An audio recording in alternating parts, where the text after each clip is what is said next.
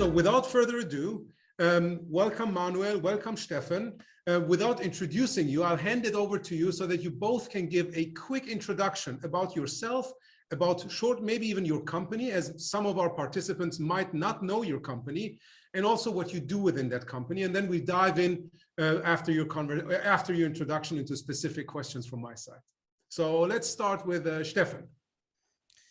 Perfect. Thank you. I think, first of all, I can't really comprehend yet that you have named me in one line with Marty Kagan. So I'm definitely going to mark that in my calendar. Yeah, my name is Steffen. I'm here in the role of CEO or co-CEO at Celebrate Company. Who am I? That's a good question. I started working in the company, which originally started as Kartenmacherei in the German market in 2011. And I have been doing several different things. It started with a little marketing, but for the longest time I've been CTO, but I always call myself non-technical CTO because even though I studied something technical, it had nothing to do with software development. And from there, that's basically where our agile journey started, I would say, in 2013. A lot of cultural changes came from tech and our office location in Hamburg. And out of that, I developed more interest in the whole people and organizational topic. And that was basically the starting point why I then moved from a CTO role, which for a long time was still called CTO, but I took care of people, org, agile coaches, etc. And when my brother, who founded the company, actually decided for out of personal reasons to move out of the company, I took over the CEO role together with my co-CEO Patrick. And it was a perfect timing because it was basically 2 years ago, and most of you will know what happened 2 years ago. That's when the new how do you call it actually, period of time started, Corona. So throughout my whole CEO time, we have been struggling with Corona because, and that's probably a good leeway into what we're actually doing. We're doing cards mainly. That's why our core brand is called Kartenmacherei. And what kind of cards? No, we don't do Google Maps kind of cards. We do wedding invitations, birth announcement cards, and things like that. By now, we also do photo books and calendars, but we're basically helping our customers to what we call turn meaningful moments into lasting memories. And around that, we have built a small network of companies, and that's what we're doing, so to say. And I think that's enough of me. Or maybe I'm married and I have one daughter. My wife has another son, and I live in Lüneburg, close to Hamburg, fully remote by now. And now over to Manuel. And one thing, maybe you mentioned that your daughter might crash this party at some point. Yeah, she might. Let's see. All right, Manuel. All right, I'll start with what you ended with then. I also work fully remote on the other side of Germany, and I have a son that's 7 years old, and I told him I'm telling something that's recorded and he should not disturb me, and because he might forget, I will lock the door. So my name's Manuel. I've been with the company for about 2.5 years, and a little longer actually already. And so I have a software development and agile coaching background. And these days, most interesting thing I like to spend my time on is how do organizations actually work that are motivating the people and at the same time make companies more productive. And my assumption is, from my background, it has something to do with agile software development and self-organization within a company, so to distribute things like decision making. I'll leave it at that. Okay, cool. I think we will explore more of your background as part of our conversation. Now, maybe we add one or two, because I always just care about what we do, but maybe 1 or 2 boring context information, because I think it's an important context, like what our company is actually set up is. So we are roughly, how many people are we, Manuel?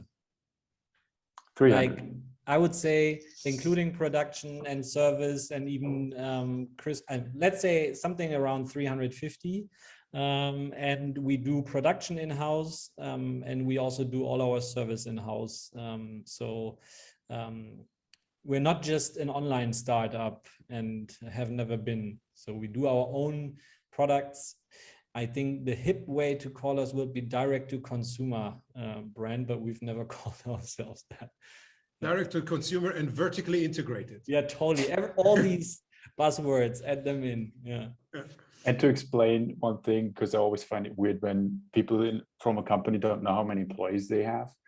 We're a seasonal business, so it fluctuates a lot over the year. Yes. Yeah.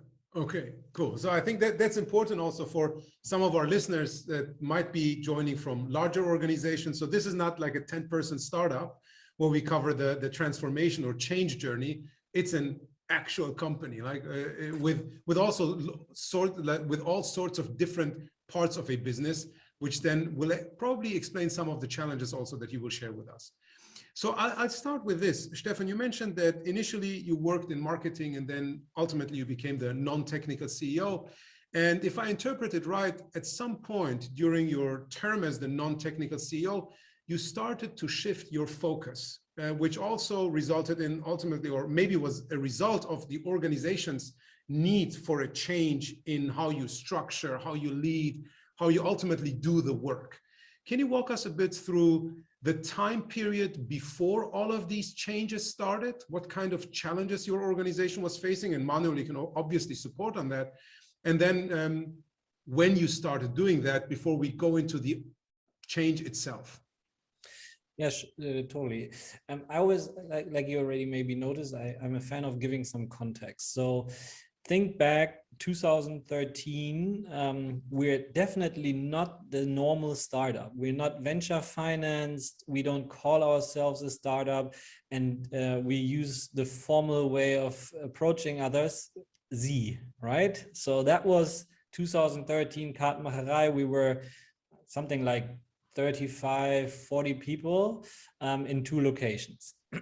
And what happened was that basically my brother and I noticed 2 things. First of all, we were more often asked to take a decision of something that we didn't know any detailed information. So basically like the typical bottleneck of decision making, me as a CTO and him as a CEO. And then in the end, we had the fight without having the detailed information.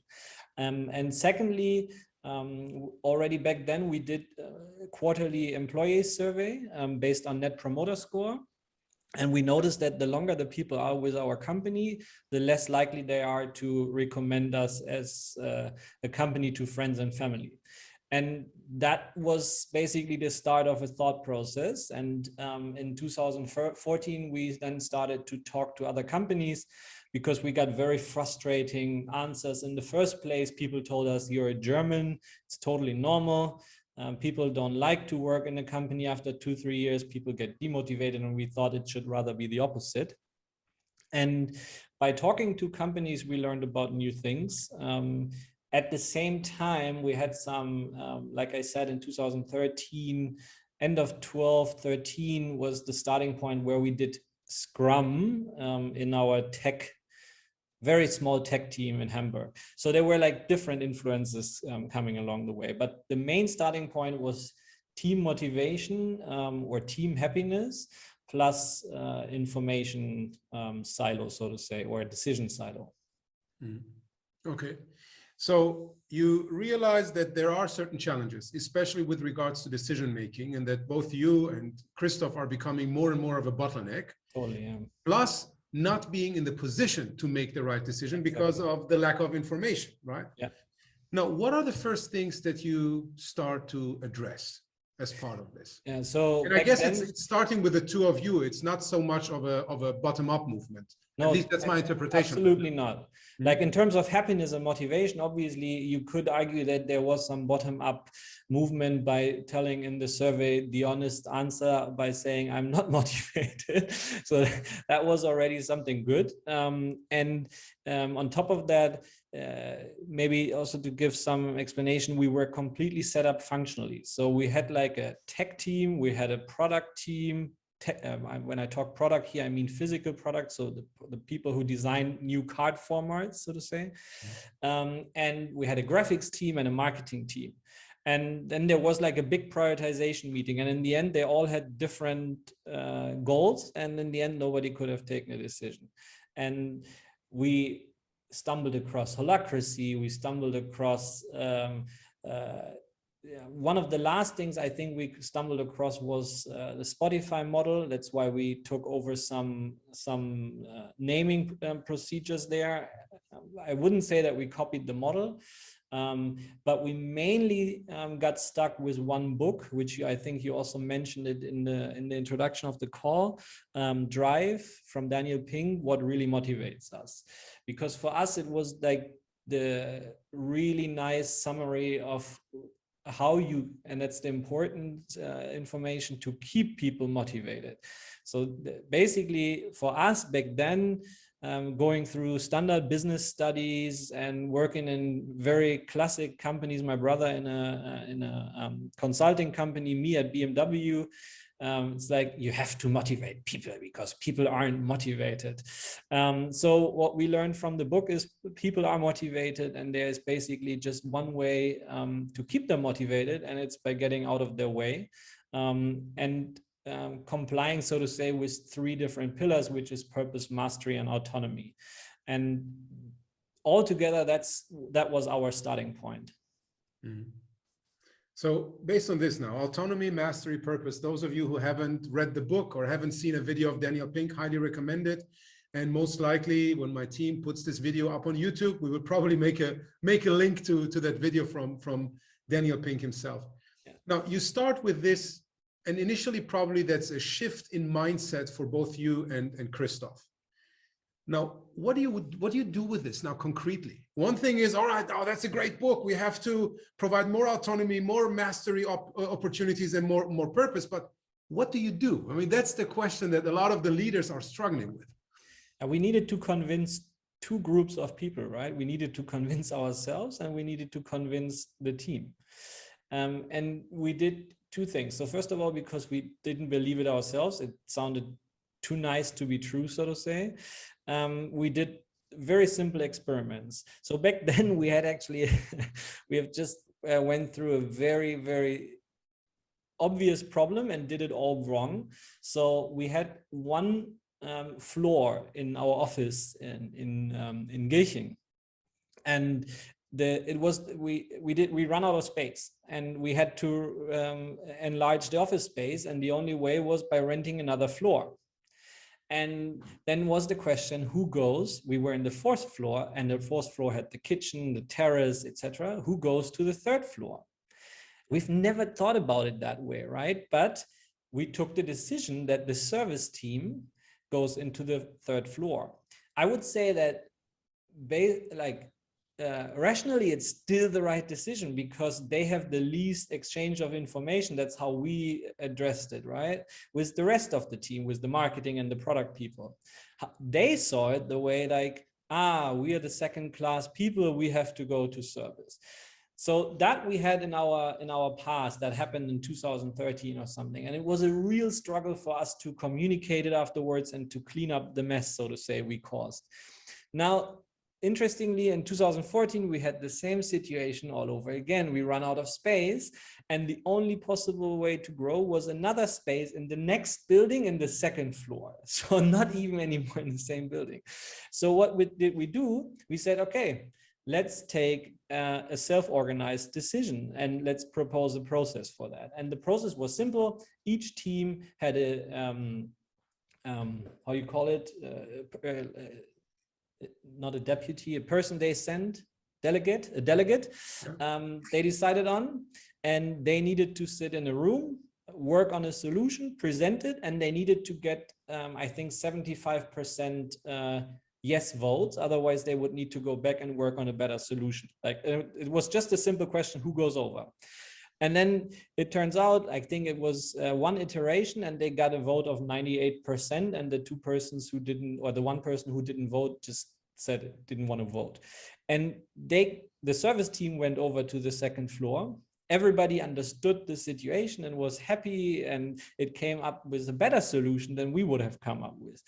So that was the experiment it all was based on. And what we did then practically, because we are always impatient, we wanted to scale it to the whole company. That was probably one of the biggest fuck ups, because what we did was we had a so-called World Cafe. And there we had a conversation, and we had lots of different rooms about this whole thing: purpose, autonomy, mastery. What do they mean? Each employee got the book.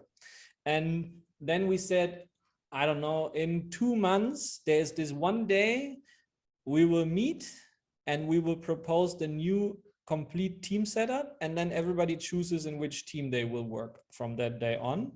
And we scheduled a 4-hour time slot. And we only defined the teams, cross-functional teams, and the roles necessary in the team. And then it was basically like, where do I put my own name? And it took only 13 minutes and we were all set. And then we thought, now everything is going to be great. It was rather the start of a very tough period because things moved slowly. But not to get ahead of myself, that's what we did in the first, that's what we practically did. We changed 60 people back then from functional work to basically what we then called squads and chapters, with the main difference that the people were sitting, having their capacity in the cross-functional team, and the functional team was only there for giving alignment, and they only saw each other theoretically once a week on chapter day. Okay, so this is now 2014, maybe 2015? Yeah. I think it was beginning 15 or something like that. Beginning 15. Now, at what point does Manuel 16? I don't know. Malte knows. Malte knows, all right. So there's someone who can like fact check everything that Steffen and Manuel say. Now, at what point does Manuel enter the picture? So 3 years ago, 2019. 2019. We still have a little bit to go. Well, okay. It's not... As an employee. And as an employee, yeah. But when do you enter the picture to support this journey? Employee or not employee? Yeah. So the first time I talked with Steffen was he called me because he wanted to be part of an exchange group that I organized of different companies that working on agile or self-organized way, and I had set that up because I had just changed from working in a consultancy where I got to exchange regularly with a lot of other consultants, and they're getting feedback from their clients or what worked for them with their clients, with working for a company full time. And I loved that, but I missed that exchange. So I set up this exchange with other companies, and it obviously worked well enough and had a well enough reputation that Steffen wanted to call me up and say, I want to be part of this because we need to exchange with other companies who are trying this. Okay. And then at some point, then we met once a quarter roughly in one of these companies, and I kept on harassing Manuel, and eventually poking. Yeah, poking. Okay, just poking. Yeah. In the coaching language, you like to call it invite.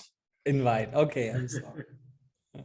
So you invited him to basically join you. Now, between 2015, where you shared with us this experiment of getting people self-organized into cross-functional teams, and the point that Manuel joins the company, where you, on a frequent basis, like quarterly, etc., have an exchange. What happens there? Maybe fairly quickly, and then we get to 2018, 2019, the time where Manuel joins full-time, and then we see what gets triggered within the organization and what happens there. Yeah, maybe I will go through the first one or two struggles. I think the main struggle back then was we suddenly had autonomy. And back then we stressed the word autonomy. Now we rather stress the word self-organization. We had autonomy, but we were missing, how I would see it, some specific mindsets. So before, we were a company, very simply speaking, which encouraged following, simply because we took the decision at the head, so to say. So all the others were just following. In the moment that we didn't take any decisions anymore, there was no decisions anymore. Like, it was naive from us to think that we just give them freedom and now they take it. So we definitely had two problems. First of all, we didn't give any guidance in how the teams are supposed to be set up. We didn't take personality into account. So very extremely speaking, we had one team which was like super impatient and they just did one new feature every day. And that was their biggest success. And then another team was just theoretizing about what could we build. So there was no proper mixture on one hand. On the second hand, we realized that we had completely missed out on one super important role. Back then, so what we built, we built cross-functional teams with all functions necessary to supply one customer group. We called them moms, newets, and celebrations. And so basically, the moms team was a marketeer, a graphics artist, software developer, backend and frontend, QA engineer. Probably I'm missing some. And but there was nobody who was actually consuming the part of the CEO that was not hierarchical. Like, what I mean, for you guys, it's obvious. The product owner, so to say, was missing. But from a business perspective, because it was basically a business unit, this team was taken care of.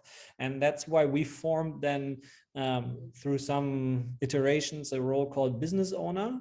And they, retrospectively, made all the difference. They are not the hierarchical lead of the team, but they are strategists. They are people who want to drive.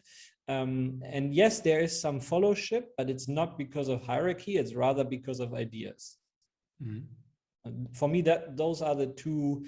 Now we take personality more into account, and we make sure that there is something like a business owner in the team. Yeah. And all this time, then, you, as you mentioned earlier, you were poking or inviting Manuel to join. Now, what was your rationale behind this, Steffen? Because you were there, your brother was there. I assume there were a few other people in like management or leadership positions, and most of the teams had become self-organized anyway, right? And you had introduced the role of a business owner, at least that's my understanding, in that period of time. What made you go after someone like Manuel and bring him into the organization? Yeah, so I would say that we were, if anything, we were practitioners, right? But we didn't know many backgrounds of it. So we sometimes got to the wrong answer, to the right answer, but with a lot of iteration. And we were always looking for, and now Manuel will probably get read, smarter people than we are and more experienced. And what we saw was that this whole org development and way of working, org development is, in my point of view, way too narrow. This whole idea of how to work is becoming one of the most important drivers for our future success. And therefore, it became totally clear to us that we need somebody who just doesn't try to read 2 books and then tries to put it into practice, but rather needs somebody who has basically studied it and has experience. And the one and only perfect candidate for that was Manuel from the beginning. And that's why I was poking him, inviting him. That's why you're so stubbornly like inviting you. Okay, now over to you, Manuel. You ultimately decide to join this company, and you join this company with a lot of experience in the space of organizational design and development. And if I remember correctly, based on the conversations we had earlier, your primary focus back then used to be software development, right? Now you joined this company that is much more than just software development. What are the first challenges that you faced that you were not expecting? Well, I was kind of expecting it, but it surprised me in how it turned out, or I just couldn't have known before. And that is that, like you said, I would say I previously worked companies that had a short value chain. So yes, you need a designer. Yes, you need someone for sales and someone who does service and someone who develops it. But that's it if you've got a software product like an app. But we're printing cards. And for that, we need a lot more than those few roles. So if you have, so I think right now we have around almost up to 30 chapters. So 30 different functions that we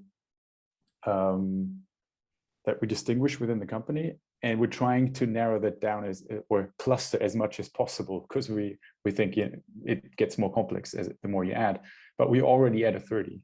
And just having that just brings a much bigger set of complexity. Plus, with the size of the company and how it's growing, it just bigger numbers or complexity goes up exponentially. So things that work out well in the small have to look different in when it gets bigger. Plus, what I'm still struggling with today, I think, is it's harder to reach people. Not as in I can't write to anyone on Slack, but how do I get information to everyone? Becomes a lot harder the bigger you are, and with different locations, and now with working remote first. Is that how do you actually make change happen when change consists of not introducing a new tool, but changing people's minds? If you can't, how do you effectively reach them? And that is, if someone has a great answer for that, I'll take it and I'll pay for it. I think a lot of people would pay for that answer. So now let's go 2019. You join, and there are a few expectations you have in terms of challenges you will face and things you will be able to do, etc. Roughly how many people are working at that company back then? 120? Really? More? No, I would have said close to 200, but probably not. Maybe. Yeah, 3 years, it's probably less. Yeah.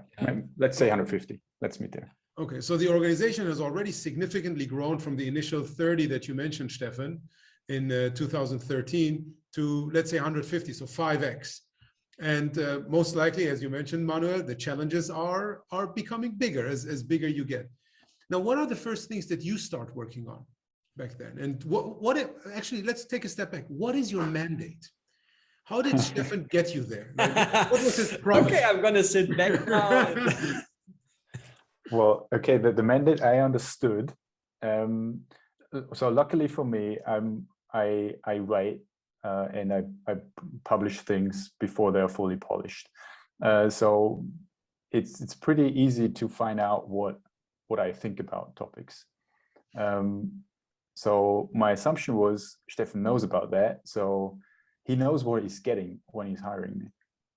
And since we've exchanged in the org exchange for quite some time, I assume, well, he knows what he's getting, and I trusted him to want that. So, and I always had felt very in line with Steffen's thinking, and still do, and that just makes it a lot easier to make a choice. Yes, I want to join this company, even though the product might not be the thing that I first associate with when I think about what do I want to build. But for me, it's more important, what are the people that I want to work with?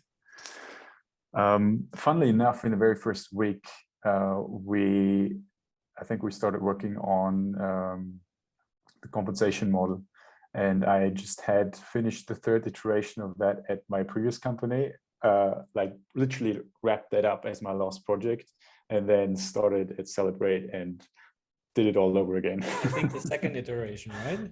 Maybe. Who knows? Yeah, I think so. I mean, at Celebrate, it was the second iteration. Oh yeah. No, it was not your first, but yeah, I think it was the third at my all previous the mess company. From the first iteration. And then we did the next iteration with you. Yeah.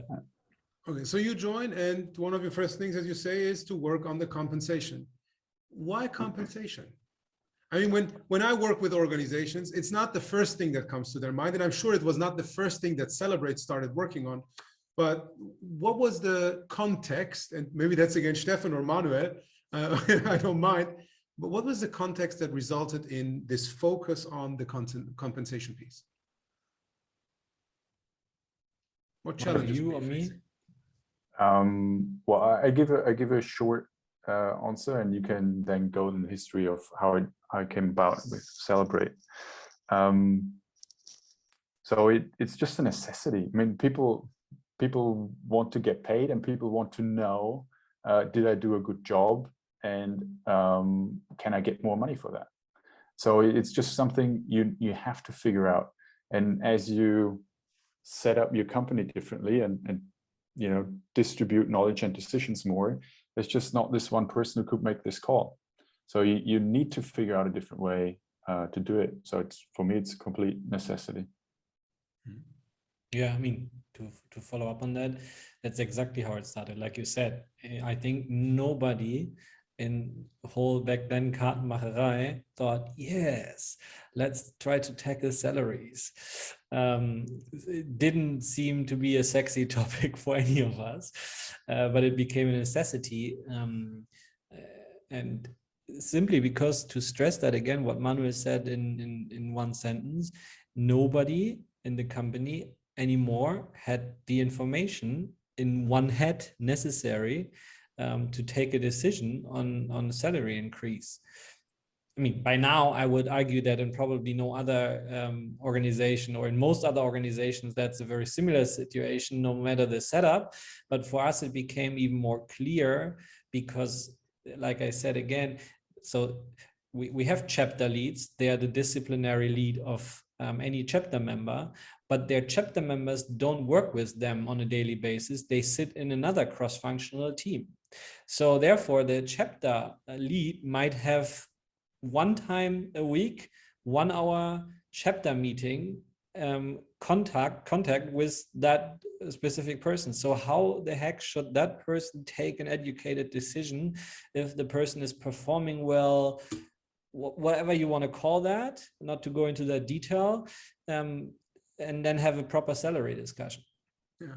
And that was the starting point. And when we dived into the topic, we then realized many other reasons why pay is a topic to be addressed and tackled with a new and fresh mind. Like many biases we didn't know before that are existent in our head, and that there should be some effort to try to reduce their impact as good as possible, so to say. Yeah. Okay.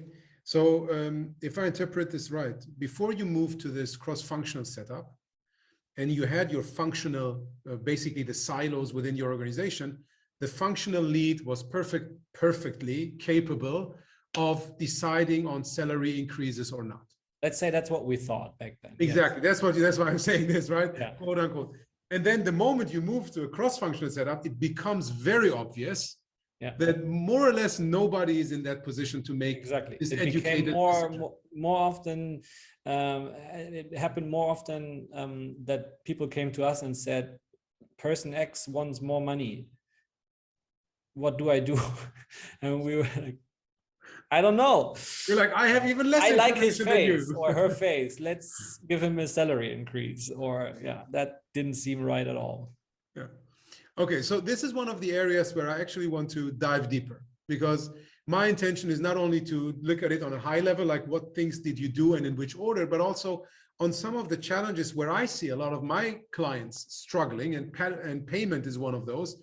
Go a bit deeper and see like what kind of lessons did you learn around that topic. Now, Manuel, when you joined, it was now working on the second iteration of new pay or a new payment structure within Celebrate. How did that second iteration look like, and what were the learnings that you took from that?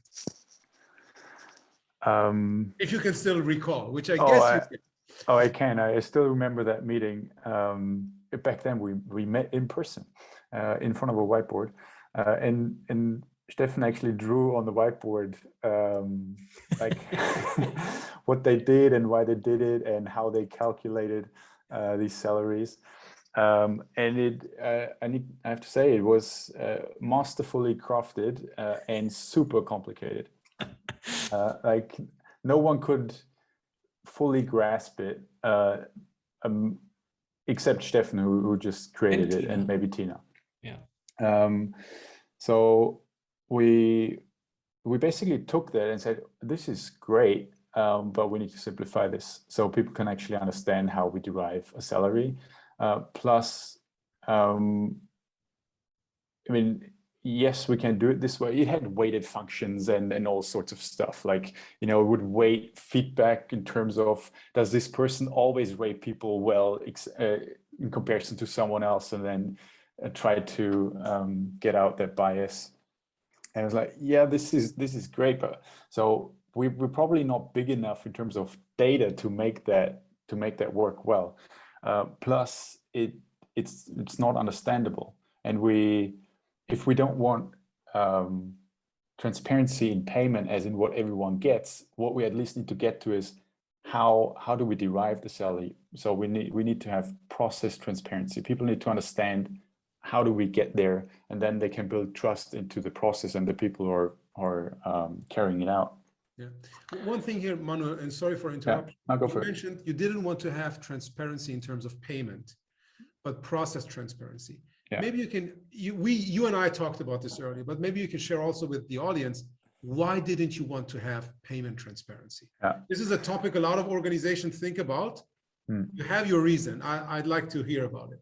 Sure. And maybe before Manuel goes into why we don't want, like, the honest answer is when we started, it was one of our bullet list, one of our bullets, right? Yes, we want transparency of pay. Like back then, Buffer was basically ubiquitous, right? Everybody was talking about Buffer and their transparent salary model and their Google Sheet where everybody can look up the salary. And in another World Cafe, I was actually hosting a session. Salary transparency was the topic, and it was the fullest room I've ever experienced in one of our World Cafes. And the message from the team was entirely clear: we don't want that. And like in my mind, I thought rather people with higher salaries would be afraid, but it was rather the opposite. So people which rather had entry salaries, they said, I don't want that. And then that was the starting point why we then actually reflected, why do we actually want that besides it's hip and cool? And now probably over to Manuel. Thank you, Steffen. Yeah, I think so. Transparency is one of those things where you think, oh, that's a positive thing. Let's just maximize that. But I think at some point there's a downside, and in terms of salary, where it's a matter of fairness and personal opinions, and also personal pride, and there's lots of emotions involved. It also creates envy, and for me, that's just. Envy is one thing I want to avoid, not at all costs, but if I can.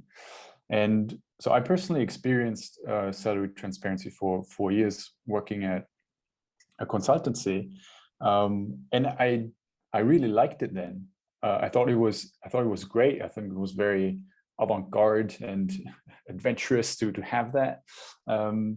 But it's very costly in terms of process, because you need to constantly renegotiate your own thinking about what am I worth with everybody else, because you can compare yourself with everybody else. So it is a process that's worthwhile, but you need to resolve this comparison in a lot of communication. And so back then we had that in a 35 people consultancy business where basically almost everyone did the same job, and it was easy to compare. But in a 150 or now 300 people company, that becomes a lot more difficult, because how do I compare myself with the value of a designer or a backend developer or a service person? It's almost impossible. So yes, while we could do that and could have the stamp of, yeah, we are transparent, I don't think it would actually help us that much in terms of getting to fair salaries. Yeah. Okay. Yeah. So that's exactly the point, right? If you think about a consulting company, basically everyone does the same thing. And you can easily look at like, what is the daily rate that those people bring in, which could then translate into the salary that they receive. Makes it very, very simple. But if you look at a regular business, and you mentioned earlier, you have 30 chapters now. So basically 30 different functions in which people are trained and operate on a daily basis. How are you going to compare that? I get that immediately. And I think this is one of those analogies that I will use working with my clients going forward. Now, back to what you were telling us earlier. You didn't want to have payment transparency, but process transparency was important to you. Now, what kind of next steps did you take in order to simplify the masterfully crafted process for salary setting by Steffen and Tina? I don't know if it was the first thing, but the most obvious thing that what we then did was, whereas as far as I understand it, Steffen, correct me if I'm wrong, but previously all the feedback went into that algorithm, and then a salary came out at the end, and that was handed over to an employee. Yeah. So we said, well, I don't think we have the accuracy or enough data to automate that into an algorithm. So what we need is still human judgment, but that's augmented or supported with data that's already kind of processed and put in as input to the decision. So what we now have is the Performance and Salary Council. So we still ask all the same people as we asked before, but it's not going in algorithm, it goes into this council. And that's by now a massive spreadsheet with more columns than I care to count, and we're trying to reduce them. But we have it by now beautifully set up, I would say, and very streamlined in terms of for the council to actually work with. And so they get that. And then there is where the comparison happens. I mean, the comparison needs to be done somewhere, but now it's done in one virtual room with 5 people instead of everyone doing it themselves all the time with 300 people. And that council consists of what type of people? So the council consists of Steffen and or Patrick as CEO for the overarching, and they actually take part in the whole thing, and it takes 3 days per year. So we do it all once a year, and it takes 3 days to do the council. Then we have one or a couple of people from the people tribe who are kind of owning the process and trying to make sure it's sound from that perspective. And then you've got the chapter lead and one of the tribe leads of the tribe where the chapter belongs to. Okay. So the chapter lead makes sure the decisions that are made are consistent within the chapter, and they have the best view on that. Then the tribe lead makes sure it's consistent within the tribe, and then the other people make sure it's consistent across the company and process-wise. Okay. And as you do have different chapters and tribes, that the composition of that council that changes all the time. Exactly. Yeah, so there's a schedule, and so we cluster in the way that we do the tribes, and within the tribes we do the chapters, and then we have 7 minutes per employee. It sounds very little, but when you actually have all this preparation, it's enough. And you look at the chapter, if you have like 5 people, let's say in a small chapter, you already have 35 minutes to talk about that chapter, and that usually and there's still, I wouldn't say an algorithm, but there's still a logic which derives a proposal, right? So it's not that we somehow magically make up our minds about some feedback, but there's a proposal, and then very, very practically speaking, we look at colleagues who have like a very high standard deviation in their feedback. So that probably gives us reason to consider that there is non-clarity in the colleagues. What do they think? And then we look into different details of the numbers. But then there is somebody else where like the whole peer review team of 8 people seems to be completely agreeing on the development and the level. Then there's probably not much to discuss there. Yeah. So it's a bit, I think a good analogy is chess programs. I mean, the best chess programs beat the best human players, but good human players that use the best algorithms and then make judgments call on that, they beat the algorithms themselves. And they obviously have a lot more data, but I think that's what we're trying to get to, is a human decision that's supported by some calculated stuff. Yeah. So we go into the council with, here's a suggestion, with the feedback suggests this person should get this raise. Do you agree? Yeah. And maybe practically, just to give you one more scale of simplification, first iteration, I think it was something like 42 questions answered per review giver, per recipient. And second iteration, it was 3 questions. So it was more than tenfold improvement in terms of time and complexity. Yeah. You're missing a step. Then we had 27 and now we have 3 or 4. Okay, yeah, maybe. Okay, and that feedback would mainly come because you earlier mentioned nobody was there who had like the overview or could make the informed decision whether someone should get more pay or not. Now, this feedback, I assume, but I want to have clarity on this, came from the people working with a specific person on a daily basis, plus maybe a few others, or how was that created? So the people, go ahead. The people select their own peer group, but with the after sparring it with their chapter lead or their lead. It's not always a chapter lead. So Steffen is my lead. It's an easy example. I would think about who did I interact with most in the last year, or who can give me, who can best judge how much value I created for the company. Then we ask people to select between 5 and 8 people. So I make a list of 8 people and I send it to Steffen and say, am I missing anyone? Or, are these, do I need all these, or do they not bring different perspectives? Should I rather choose someone else? And then you can say, oh, you're missing this person. Or am I just choosing my buddies that I'm hoping getting a good evaluation from? Or am I missing the critical, am I leaving out the critical people that might have something to say about as well? It's funny, that's always the first critical question, but don't people just create like subcultures and then they just rate themselves good? And honestly, that's nothing we have ever experienced from the very beginning. It's always the first question when it comes to this peer feedback.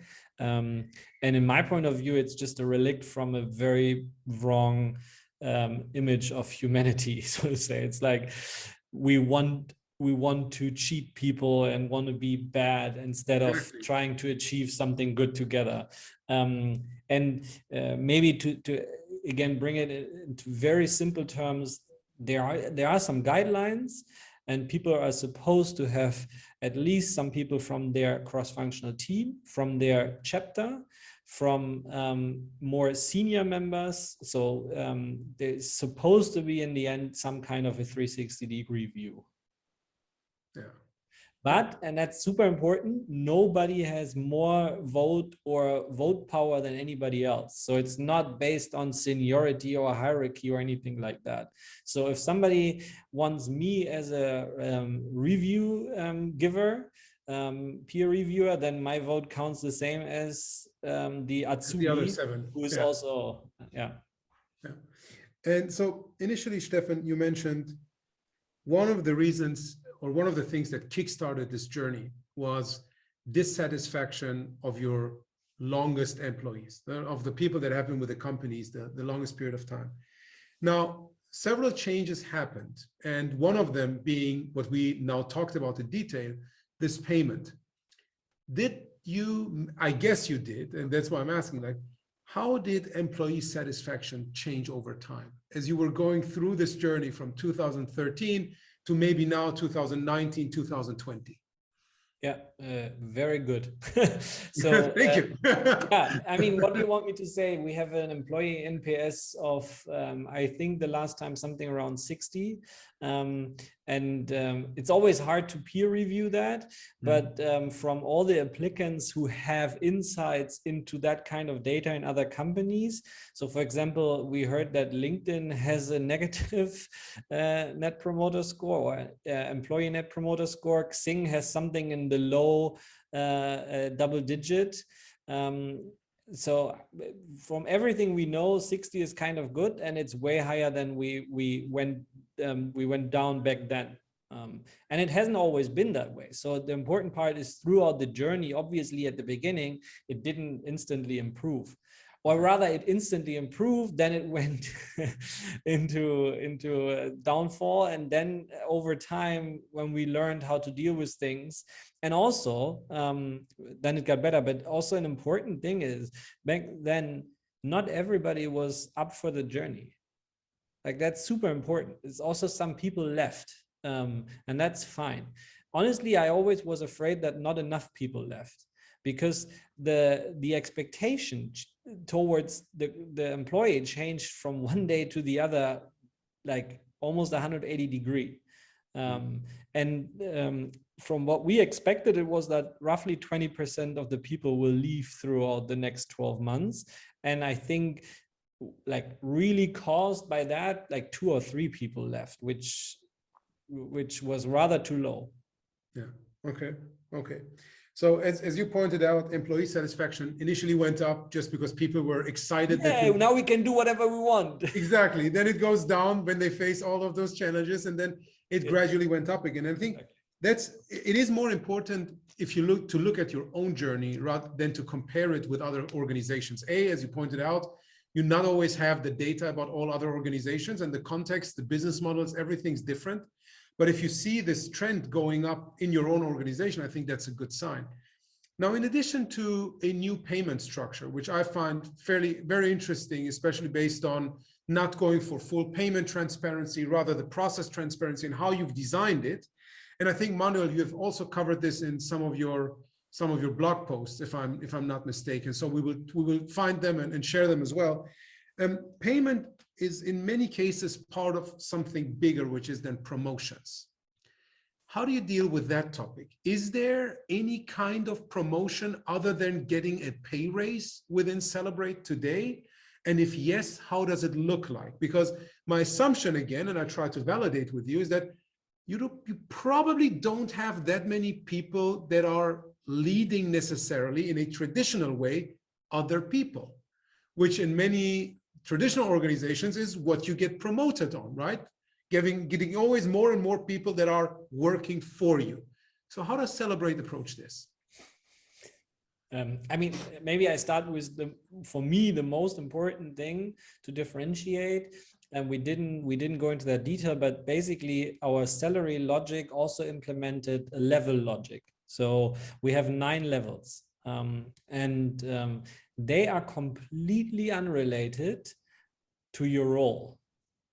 So you have a level which is the same across the whole company from 1 to 9, and then there is a payment curve or salary curve attached to your chapter. But unrelated of that, a role doesn't give you a payment add-on or something like that. So if somebody becomes a chapter lead, it's simply because it's the right fit. And a chapter lead for me is not necessarily the most senior person in that chapter, but it's rather somebody who actually wants to do the organizational work and is interested in having people talks. So I wouldn't say that there is the classic kind of promotion. What you're probably getting at is how are people actually, so to say, promoted or changed to another role. And for that, we have something called a development process. That can, for example, if throughout the performance review, like the worst outcome would obviously be somebody is rated significantly below what the expectation level would be, then a development process is initiated. And we will go into that very openly, saying, is there either some personal topic right now on your plate, or is it probably a misfit in between the role and you?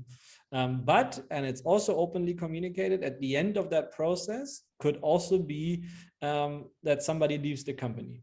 Mostly it's then by choice, because we have been coaching through a 6 months period that somebody is not in the right fit right now. But the two other options for the development process is actually that somebody says, hey, I'm right now a developer and I would love to transition into a product management role, for example. Then we also initiate the same development process. People supports it. There's a peer review involved, and there is mostly mostly kind of like a probation time. And at the end, we judge if that's good for you and if it's good for us, so to say. Mm-hmm. And the third development process is if some significant change has happened, so to say. What do I mean with that? We have the 1 year performance review logic, but it might be that somebody just does like a huge jump throughout the year suddenly. And then it would be unfair in our perspective to wait another 6 months to address that. So people could ask for that kind of another review, so to say. It hasn't happened often because honestly, it becomes immediately transparent to the rest of the team because they will be asked to give peer feedback. So it's obvious that person A thinks, so to say, he developed better than the rest of the team. And that's rather a threshold not too many people are happy to deal with, so to say. Okay. So, and those 9 levels you mentioned across all functions, they are more or less the same 9 levels. And those, to some extent, also determine the pay, not so much the position that you're taking as chapter lead. Okay. I would say they exactly determine the pay. So every chapter has a curve, and if you have your level, you just go to that spot on the curve, and on the other axis is your salary. Okay. And there's no negotiation funnels and not funnel like area, right? Yeah. There's really just like a function.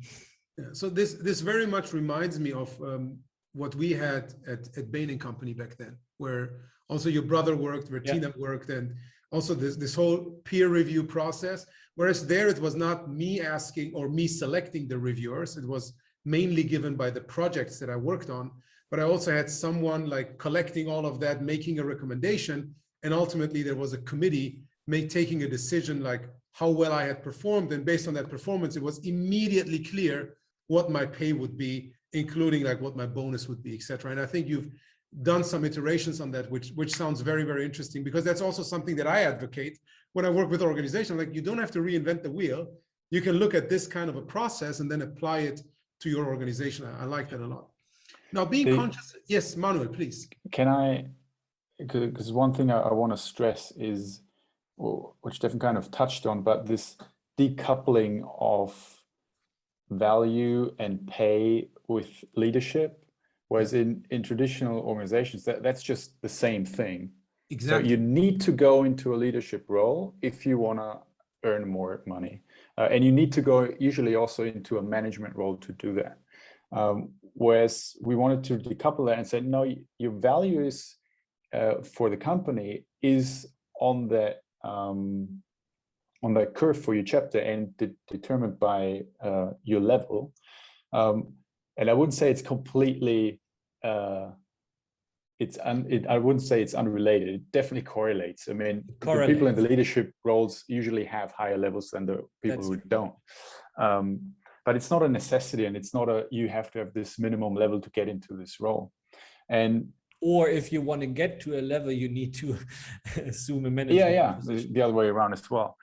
Yeah. And what I haven't seen happening yet, but well, maybe the starting points to it, but what I would like to see is that we understand leadership as a service, and that can also be a temporary service. I'm stepping into this role, and when I can be more valuable for the company, or my interests have changed, or I figured out this is actually not the thing I want to do, I can hand back this role and say, you know, that it was nice while I did it, but now someone else can take it over. And it's not it's not a step down. It's not something I lose, and I don't get degraded by that. But it's rather something I do for the company for a while, but it's not what my status comes from. Yeah. It's also a repositioning of the individual contributor, right? Because as you said, in the past, if you wanted to have more pay, more status, whatever, you always had to go into a management position. But you can be very valuable to an organization without doing that. Right? And we know doing the work, right? Building the stuff. That can be very, very valuable. And I think you're repositioning that to some extent. Steffen, you go. And all of us know the examples of what that turns into. Like the best technical, it's just because it's so predominant, this example, the best developer then suddenly has to lead a team and he doesn't like to talk to people. Right, so it would be like a very, very bad choice for a management position. But the person that is rather the victim because he wants to progress, and the only choice given is to assume a management position. In my point of view, it's totally narrow-minded. Yeah, but at the same time, it's so common at most organizations. I understand. So now, being conscious of time, for both of you, the same question. If you look back on that journey, we talked about promotions, we talked about pay. What are other things where you did, these were like important, it could be simple or small things, but important things that you addressed so far, which made a huge difference in terms of both employee satisfaction and business outcomes for Celebrate as an organization? Want to go first? Yeah. Or we can iterate. Yeah. I'm not 100% sure if it exactly answers your question, but so what's obviously super in focus in my mind is still the last 2 years, right? Recency bias. And we faced a Corona situation. And we as a company faced a very, very dramatic situation, to be honest, because obviously weddings were forbidden, birthdays were forbidden. So people just suddenly didn't invite cards. March 2019, yes, March 2019, right? No, yes. March 2020. No, 2020. 2020, right? March 2020. March 2020, suddenly our revenues dropped. And what obviously didn't drop was people cost. So we were suddenly facing a situation which we had never faced throughout the whole company. We were burning money per month.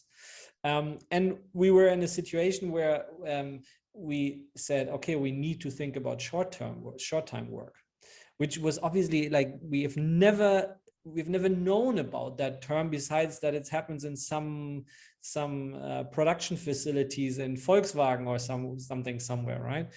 And we were thinking about how do we actually communicate that to the team as a leadership team. And what we did then, we just gave entire transparency. We said, that's what we have in the bank. That's our current burn rate. That's where we will end up. We don't want to fire anybody. We don't want to fire anybody who already signed up to have an employment with us because they already quit another job. So that's our number one priority. So now let's look at the options, what we can do to reduce that burn rate. I still remember that all hands. There were some tiers involved. So 2 things for me important. First, in that moment of crisis, rather not go into the command and control mode. For taking decisions, maybe, but still being 100% transparent and trusting into the team that they actually understand that tough measures need to be taken. And secondly, that I forgot what I wanted to say secondly, but for me, the most secondly was the emotional part. Like, get rid of that old thought as a CEO. You need to be the cold, perfect, always well prepared. You can always also sit there in the audience and say, fuck it. That's nothing I've ever imagined for us. And I feel deeply sad that I have to tell you guys that we will probably not be able to sustain this kind of business if nothing changes. And like, we never got so much unity as a team in a remote setup or in a present setup like that, all hands. And it drove us, this kind of decision, this decision drove us through the whole, this up and down. We went 3 times into short time work. We never had to let anybody go. We were always able to pay 100% of the salary, even though we went into short time work. But it was really, really this shift of mindset that people can handle it. Yeah. Cool. Yeah, thank you, Steffen. We handled it in a fairly similar way, though our organization is much smaller than yours. So I, to some extent, understand the pain that you went through. Manuel, what stood out for you in the past 2-3 years that you were part of this journey? So one thing I'm gonna just continue what Steffen just said is just treating people like adults, like, you know, assuming they, and that has, you know, lots of components, but part of it is assuming they actually want to provide value. We don't have to watch them, and I don't think we ever thought that very well. I mean, if anything, we have to tell people, please stay home when you're sick, and now we have to tell them, well, you're home anyway, please leave your laptop off. And so it's rather that problem that we're facing, that people are investing too much at their own expense in terms of health and well-being. And the other thing is, it's totally okay to say, I don't know. People can smell it when you just come up with an answer on the spot, even though you don't have one. Yeah, when you're bullshitting. Exactly. And it's so much worse sensing that, even if you can't put your finger on it, but you sense it and it's like, this doesn't sound right. And it just erodes so much trust. And it's so much more courageous to say, I don't know, I have to figure this out and I'll get back to you. Or give me 2 minutes to think about it. Yeah. Yeah. Or let's figure this out together. Yeah. And attached to that is, I mean, as Steffen said, with, oh, well, now we have self-organized teams and we're done, is a trap that I've seen other places as well, where you think, oh, we're self-organized now, we don't need leadership. Because bosses, that's the bad thing, and that's stuff we need to get rid of. But it's not true. I mean, what you need is the right kind of leadership, and just figuring out as a company what that is, I think has a huge impact. And that's maybe a concrete thing I can share of what are the things that we've done. Something where I thought that was very minor thing, but now has a very long tail and it seems to create a lot of value, is we had exactly this question: what is leadership for us? And the initial idea was, well, we start with the tribe leads, because, you know, that's a part of leadership, to define what leadership is. We want to get people's input, but we first need to say, where do we generally heading? And we wanted to do a workshop, and then obviously March 2020 happened, and I was like, well, we can't do that. So what I thought, well, I need to do something about this. So I'll just have half an hour. It was literally half an hour with 3 questions with each tribe lead. And I just noted down what they said. And then I did what I love doing. I tried to pull out the things that are common and distill it into something that's easily consumable. Well, easily consumable, I take back. At least you try. Exactly. Most people call my writing dense for a good reason. But I distilled that. And what I also like doing is do a little doodle for each one of them, create a little thing and try to cluster it. And out came these 7 principles. And that is now and now people from employer branding made actually something beautiful out of it. But now it's something that we can use and talk about. And when someone new joins, like Sebastian, who's on the call, in a leadership role, we can take this and go through it and say, this is what we think about leadership. Does that chime with you? Where do you see things differently? What do you not understand? What are you skeptical about? What do you think, this can't work? And then let's talk about those things specifically. So that's something that came to mind. The leadership topic as such, I think, is often taken as, oh, we don't need that anymore. And then at some point you realize, oh, actually, no, we're running all in different directions if we don't have leadership. Or even worse, that it becomes like a negative phrase, like, yeah, oh, God. And then something small where you think it doesn't have a big impact can turn into something that actually provides a lot of value. And big projects that you take on for months, and then it's like, actually that doesn't work that well. We need another iteration. Yeah, cool. Thank you for that. Those leadership principles, you mentioned there are 7 of them. Are they mentioned anywhere where people can access them? Are they on the website, or do you share them outside of your company? They're not secret, but I don't think we have shared them yet. Okay, so if you decide to share them, feel free to send them over, and we will include them in some kind of like show note or blog post or whatever. But sure. Also, if you don't want to share them at this moment in time, no, it's absolutely fine. They're totally. I leave it up to you guys. No, it's totally fine. We have just not published them. Yeah. So maybe we can co-publish those things. Yeah. Cool.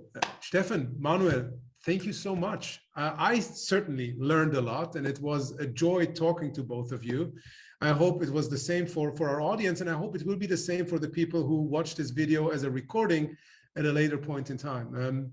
Any thoughts that you want to end with? I leave the stage usually to our guests.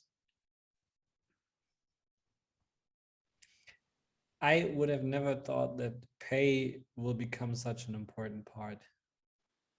Like you see it always, not just in time and effort we put into it, but also how much time it took today in the conversation, right? So I rather thought, exactly like Manuel said, we just handle it once and then it's done. And it's rather an important part. Yeah. I would say I see a lot of companies, or have seen also from my consultancy days, they're looking for a blueprint, or like, just give me the model I need to adopt to be successful, and it doesn't exist. So I think what I see lacking at the moment is like some kind of scaffolding that you can hold on to and fill in yourself, and that is kind of what I'm working on and want to create and publish, because I feel like that's missing. But there is no blueprint, and you're also never done. You just close city is Passau, and there's a big dome, and it always has scaffolding around it, because they just go around it and keep redoing it. You just need to keep renovating the whole thing, because otherwise. Same here in Cologne. Yeah, but that's just how it's the same thing with the organization of a company, because the company constantly changes, it grows, different models go out, and new ones are taken on, and it just changes the whole setup, or at least enough that you need to keep iterating how you're doing stuff. Yeah. So with that said, we're never done. Thank you so much, Steffen and Manuel from Celebrate Company.